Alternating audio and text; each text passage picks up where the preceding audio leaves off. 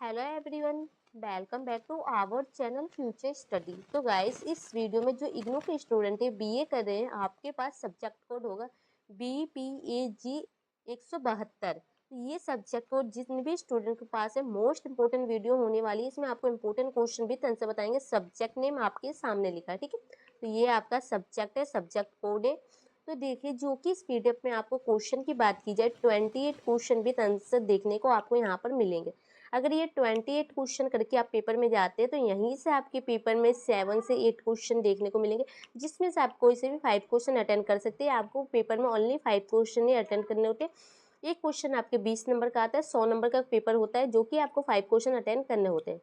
तो जो ये नोट्स आप पढ़ने के बाद आराम से अपने 5 क्वेश्चन को अटेंड कर सकते हैं। इसमें मोस्ट इंपोर्टेंट क्वेश्चन भी तन से लिए हैं, गेस्ट पेपर कह सकते हैं, एग्जाम नोट्स।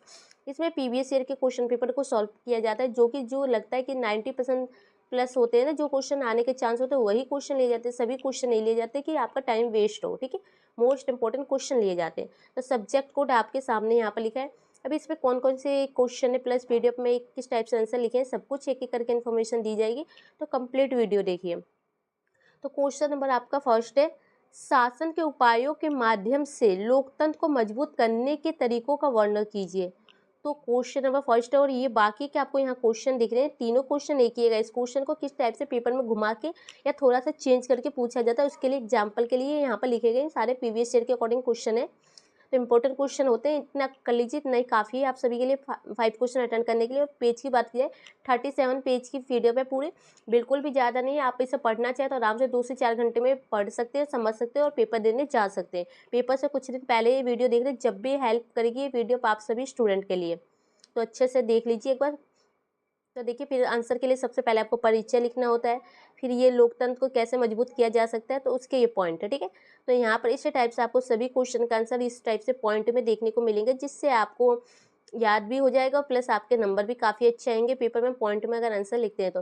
फिर एंड में ये निष्कर्ष आप दे सकते हैं 2 लाइन का, ठीक है। तो ये आपका क्वेश्चन है। फिर आपका सेकंड क्वेश्चन देखिए क्या है, सतत मानव मानव विकास पर एक टिप्पणी लिखे। तो जो सतत मानव विकास है उसकी विशेषता बताइए, ठीक है। तो ये पॉइंट है। तो यहाँ पर आप देख सकते हैं इसका परिचय लिखा गया है, फिर इनके जो मानव विकास के अकॉर्डिंग यहाँ पर दिए गए आंसर, फिर इनके सतत विकास का लक्ष्य क्या होता है, फिर इनकी जो विशेषताएं निम्नलिखित होती है, तो यहाँ पर इनकी विशेषताएं दी गई है। तो इस टाइप से आपको सभी क्वेश्चन का आंसर एक्सप्लेन किया गया, फिर ये निष्कर्ष है आपका, ठीक है। फिर आपका नेक्स्ट क्वेश्चन बनता है, क्वेश्चन नंबर थर्ड है, देखिए, शासन प्रक्रिया में हितधारक भागीदारी के रूपों का वर्णन कीजिए। शासन में हितधारकों की भागीदारी कई रूप लेती है, इस कथन का उचित उदाहरण के साथ विस्तृत वर्णन कीजिए। तो क्वेश्चन नंबर ये आपका थर्ड है, इसका आंसर ये रहा आपके सामने।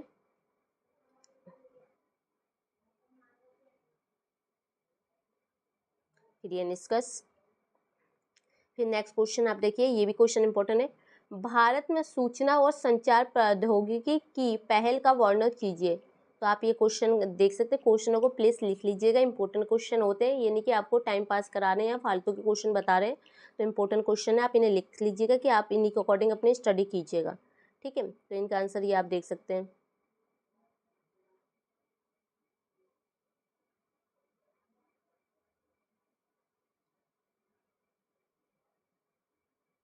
फिर ये निष्कर्ष। फिर आपका नेक्स्ट क्वेश्चन देखिए,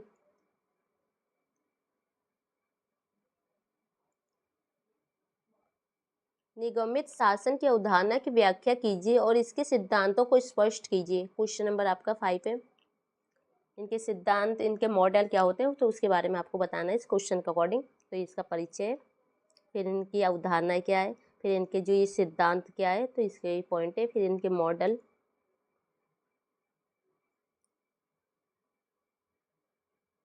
फिर ये निष्कर्ष। नेक्स्ट क्वेश्चन देखिए, क्वेश्चन नंबर 6 है, जवाबदेही की अवधारणा की व्याख्या कीजिए, पारदर्शिता और जवाबदेही की प्रासंगिकता का उल्लेख कीजिए। क्वेश्चन नंबर आपका 6 है,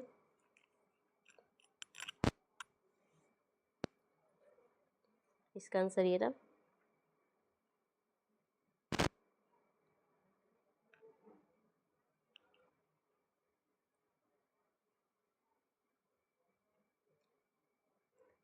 क्वेश्चन नंबर 7 देख सकते हैं, वैश्वीकरण के वैचारिक ढांचे को स्पष्ट कीजिए, इसके दृष्टिकोण पर चर्चा कीजिए। क्वेश्चन 7 है आपका।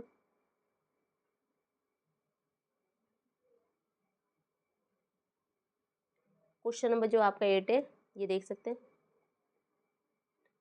कॉर्पोरेट शासन के अर्थ महत्व और सिद्धांत को स्पष्ट कीजिए। क्वेश्चन 8 है आपका।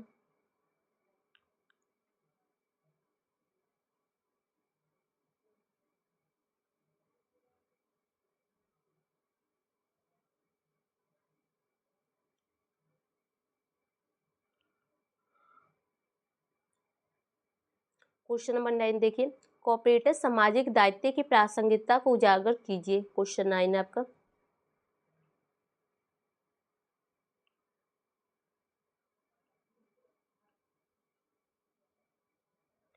क्वेश्चन नंबर 10 है आपका, शासन में गैर राज्यकर्ताओं की भूमिका का प्रशिक्षण कीजिए। क्वेश्चन 10 है, इंपॉर्टेंट है ये भी। ये सारे क्वेश्चन ही जो बता रहे हैं इंपॉर्टेंट क्वेश्चन होते हैं।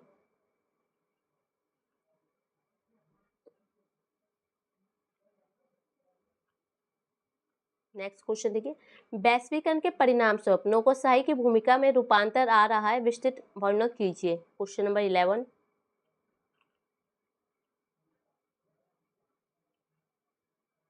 क्वेश्चन नंबर 12 देखिए, समकालीन समय में मीडिया शासन में एक प्रासंगिकता भूमिका निभाती है, टिप्पणी कीजिए। क्वेश्चन नंबर आपका 12 है, 12।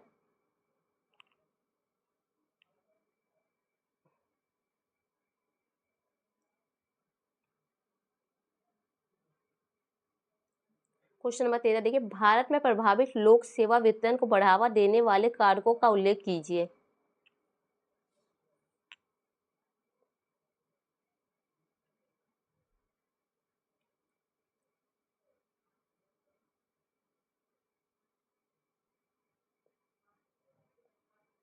शासन की अवधारणा और प्रकारों की व्याख्या कीजिए। Question number 14।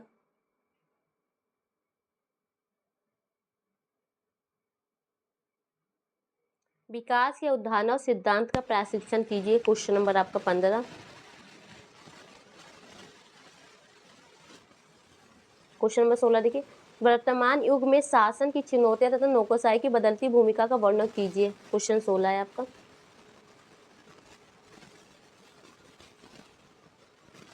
क्वेश्चन नंबर 17 देखिए, पंचायती राज्य संस्थाओं की कार्यप्रणाली का मूल्यांकन कीजिए तथा उनकी कार्यप्रणाली को सुधारने के उचित तरीके सुझाइए। क्वेश्चन नंबर 17 है आपका।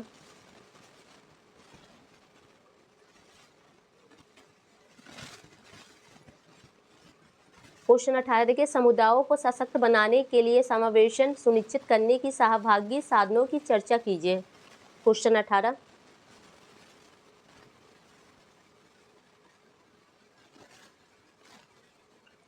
शहरी स्थानीय निकायों की कमियों की जांच कीजिए, उन्हें मजबूत करने के लिए उपाय सुझाइए। क्वेश्चन नंबर 19 है आपका।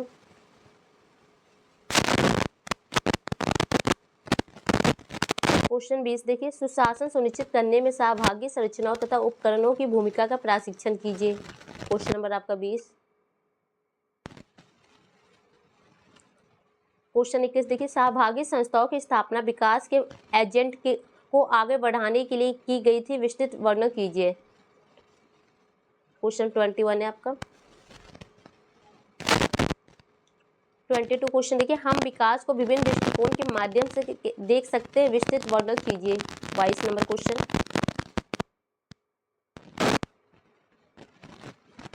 क्वेश्चन नंबर 23 देखिए, मानव विकास की अवधारणा उसके प्रमुख पहलुओं पर एक नोट लिखिए। Question number 23।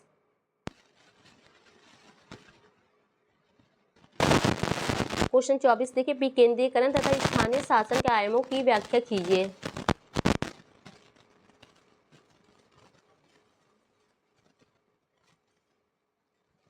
क्वेश्चन नंबर 25 है आपका, वैश्वीकरण के राज्य बाजार तथा नागरिक समाज के बीच संबंधों का विश्लेषण करें कीजिए। क्वेश्चन नंबर 25 आपको। क्वेश्चन नंबर 26 देखिए, शहरी स्थानीय निकायों की कार्यप्रणाली का मूल्यांकन कीजिए। 26 क्वेश्चन है। 27 क्वेश्चन देखिए, वैश्वीकरण और नागरिकता समाज के बीच संबंध की व्याख्या कीजिए। अब जो आपका लास्ट क्वेश्चन आएगा, शासन के संचालन में राजनीतिक और प्रशासनिक कार्यपालिका की भूमिका की व्याख्या कीजिए। लास्ट क्वेश्चन देखिए, 28 क्वेश्चन है, बैस विकर्ण के उदाहरण और परिप्रेक्ष्य की व्याख्या कीजिए। तो ये आपका लास्ट क्वेश्चन था जो कि इस पीडीएफ का, ठीक है। तो ये इसका आंसर है। तो फाइनली गाइस यहाँ देख सकते हैं 36 पेज के अकॉर्डिंग आपकी पूरी पीडीएफ कंप्लीट हो रही है। बिल्कुल भी ज़्यादा नहीं, अगर आप पढ़ना चाहें तो आराम से 2 से 4 घंटे में इस पीडीएफ को पढ़ के समझ सकते हैं, कंप्लीट कर सकते हैं। तो जिन भी स्टूडेंट को इस पीडीएफ को परचेस करना है, हमें व्हाट्सएप पर मैसेज करना है। व्हाट्सएप नंबर आपके सामने लिखा गया है। मैसेज करके अपने सब्जेक्ट कोड, अपने मीडियम लिखना है, फिर हम आपको पेमेंट मेथड देंगे, तो आप पेमेंट करके ये नोट्स हमसे ले सकते हैं, ठीक है। 50 रुपये की पीडीएफ होती है। जिन भी स्टूडेंट को इस पीडीएफ को परचेस करना है, व्हाट्सएप पर ही मैसेज करना है और इस वीडियो को ग्रुप में अपने दोस्तों में शेयर कीजिए कि उन्हें भी इंपॉर्टेंट क्वेश्चन के बारे में पता चल सके। और ये सारे इंपॉर्टेंट क्वेश्चन इंपॉर्टेंट है गाइस, तो इन्हीं क्वेश्चन के अकॉर्डिंग अपनी स्टडी कीजिएगा और यही क्वेश्चन आपके पेपर में देखने को जरूर मिलेंगे। ये नहीं कि आप दोनों की बुक में क्या होता है गाइस कि ना ही आपको क्वेश्चन पता होता है ना ही आंसर, और वहाँ पर एक पैराग्राफ और एक टॉपिक दिया जाता है और यहाँ पर क्वेश्चन विद आंसर पॉइंट में सारे कुछ दिए जो कि समझने में भी आसानी होगी। तो वीडियो को शेयर कीजिए। Thank you.